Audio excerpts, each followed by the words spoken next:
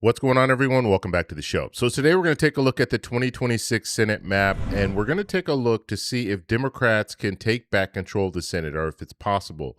We're going to look at some of the prediction models. So I'll take a look at a few different prediction models. And usually I let you know, I do an analysis and I let you know what I think about each state.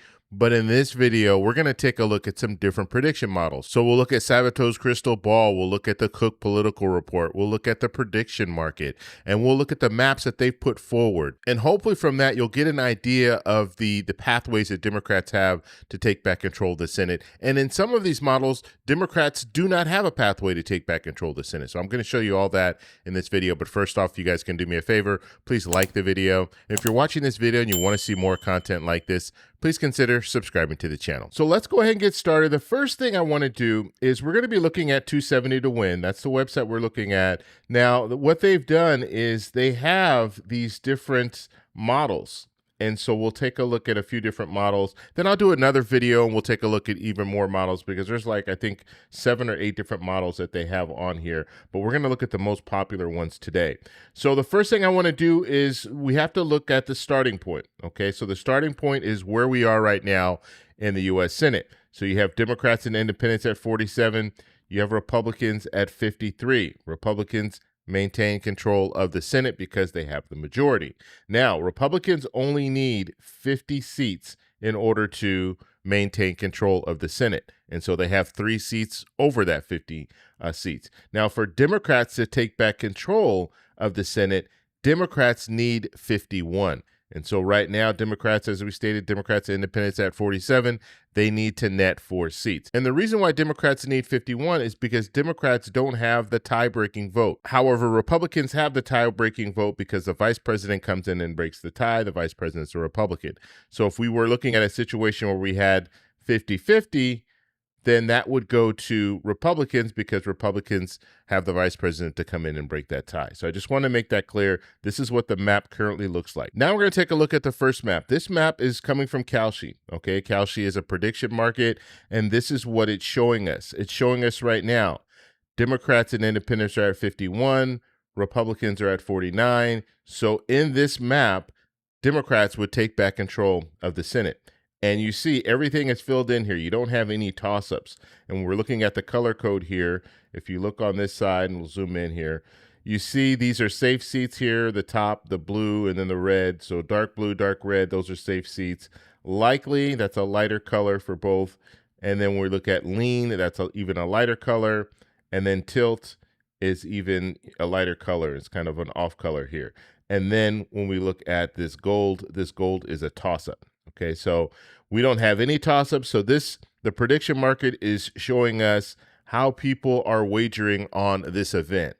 And so no toss-ups right now. This is what we're looking at. And so the prediction market is clearly showing us that Democrats would take back control of the Senate. Now, when we look at some of these states, like Alaska, like Ohio, like Maine, these are states that right now they are tilting for Democrats. Okay, so it's still a very, very close race, but they're saying that they're tilting towards Democrats. And then when we look at some of the other battleground states, you see that they lean for Democrats, another lean for Democrat. And Georgia, here's another lean. New Hampshire is another lean for Democrats. And then on the Republican side, look at some of these tilts. You have a tilt for Texas.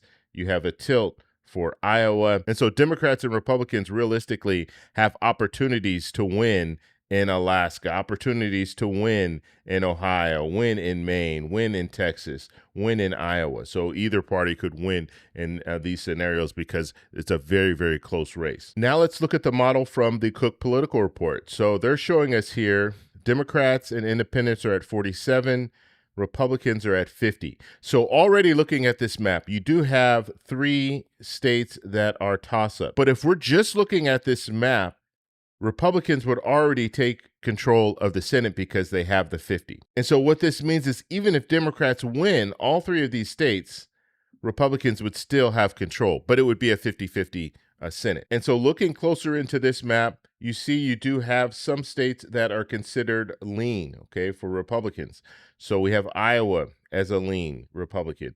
We have Texas as a lean Republican. We have Alaska as a lean Republican. And then when it comes to Democrats, the seats that they're defending here, you have Georgia as a lean for Republican. You also have North Carolina, which would be a flip for Democrats if they can win North Carolina, but they're showing that leans for Democrats, and then New Hampshire leans for Democrats. And so in this scenario, I think if we're just looking at the toss-ups, I think Democrats have a really good shot at winning in Michigan. I think right now they should be considered the favorite, but the Cook Political Report doesn't have it that way. And looking at Ohio, I think it's going to be a very close race, but Democrats do have an opportunity to win there, as well as an opportunity to win in Maine. And so the Cook Political Report right now, they're ranking this as Republicans still maintaining control of the Senate. But this would still be a very weak map for Republicans because they do have these states that are leaning, and if one of these states go, let's say if Democrats win in one of these states and then they're able to win the toss-ups here, Democrats would still be able to take control of the Senate because remember, we said they need to net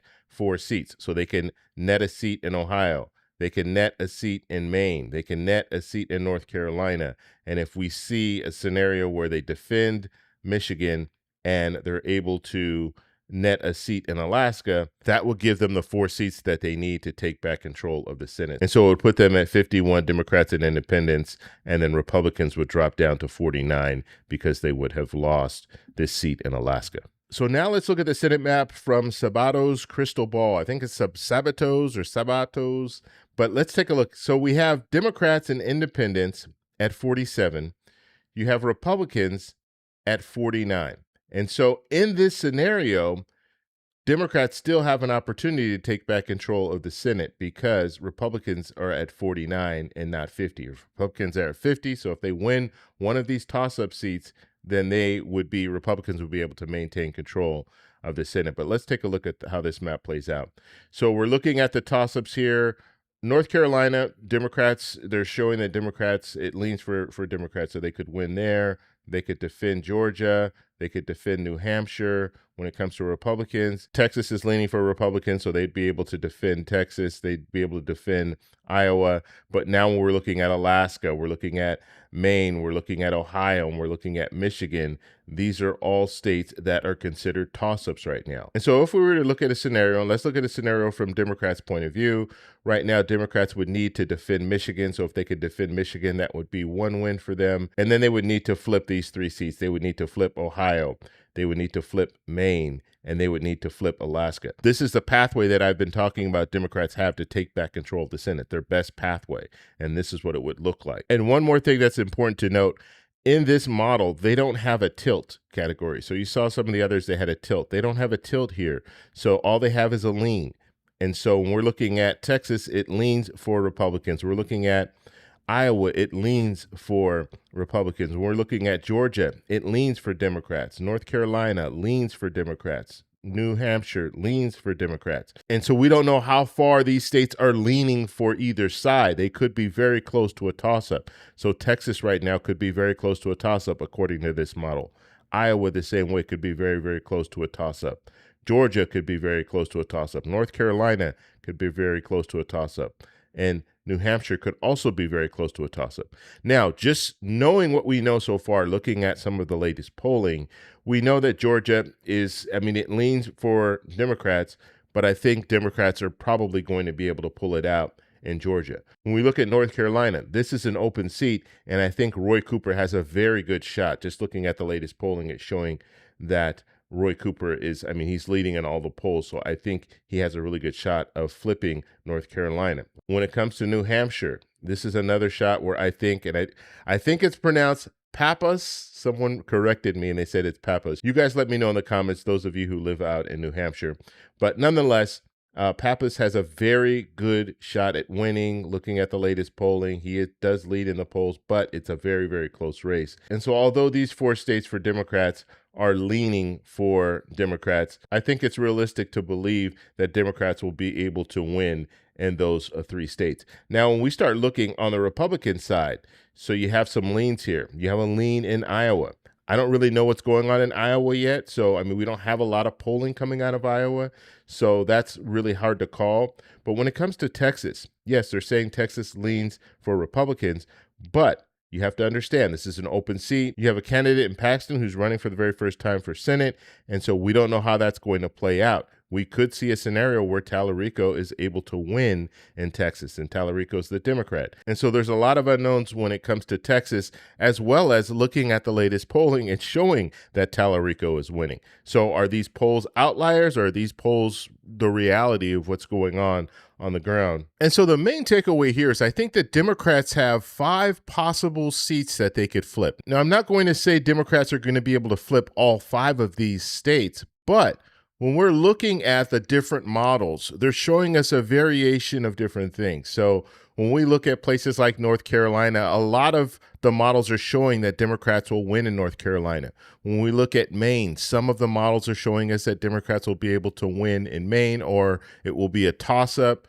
We're looking at Ohio, same thing. It's either a toss-up. Some of the models might show that Democrats can win in Ohio. We look at Alaska. We've seen Alaska as a toss-up. We've seen Alaska as a lean for Republican. We saw in the prediction market that Alaska went for Democrats. And so this is another state. And then Texas, the final state there. We're looking at Texas. It's usually a lean Republican, but it's still a possibility for Democrats if you just look at the latest polling.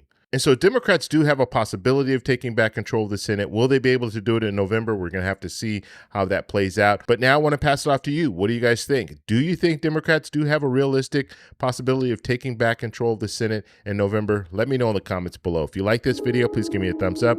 Please subscribe for more. And remember, stay informed, stay engaged, and I'll talk to you in the next one. Bye. So that's all we have for this video. Make sure if you guys want to send me an email, you can do that, david@thetecshow.com. Like the video, subscribe for more, and check out these videos over here for some more great content. Talk to you later. Bye.